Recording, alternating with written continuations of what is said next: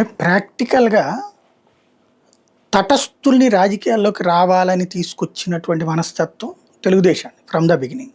హ్మ్. చంద్రబాబు గారు 99లో మనం అబ్జర్వ్ చేస్తే విజయ రామారావు గారు లాంటి వాళ్ళని తీసుకురావడం కావచ్చు, జయప్రకాష్ నారాయణ గారికి ఆ తర్వాత మద్దతు కూడా ఇచ్చారు కదా. మద్దతు ఇవ్వడం వల్లే కదా గెలిచింది జయప్రకాష్ నారాయణ గారు హ్మ్. 2009లో. అట్లాగే అంటే ఒక సొసైటీలో ఇప్పుడు వాళ్ళ సలహాదారుల కిందన పెట్టినటువంటి వాళ్ళు రాజకీయం కాదు కదా. మన చాగంటి గారు లేకపోతే అవును.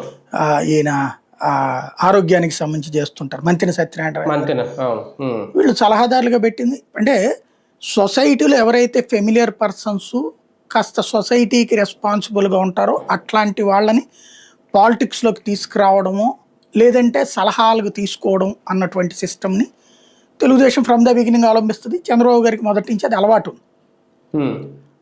అయితే అది తర్వాత పార్టీ వాళ్ళే వ్యతిరేకించారు. మీరు అలా తీసుకొస్తే మేమేమో దశాబ్దాల తరబడి కష్టపడతాం పార్టీకి, మీరు తటస్థుల్ని తీసుకొచ్చి మానెత్తిని రుద్దుతున్నారు, వాళ్ళని గెలిపించమని మానెత్తిని ఒత్తిడి తెస్తున్నారు.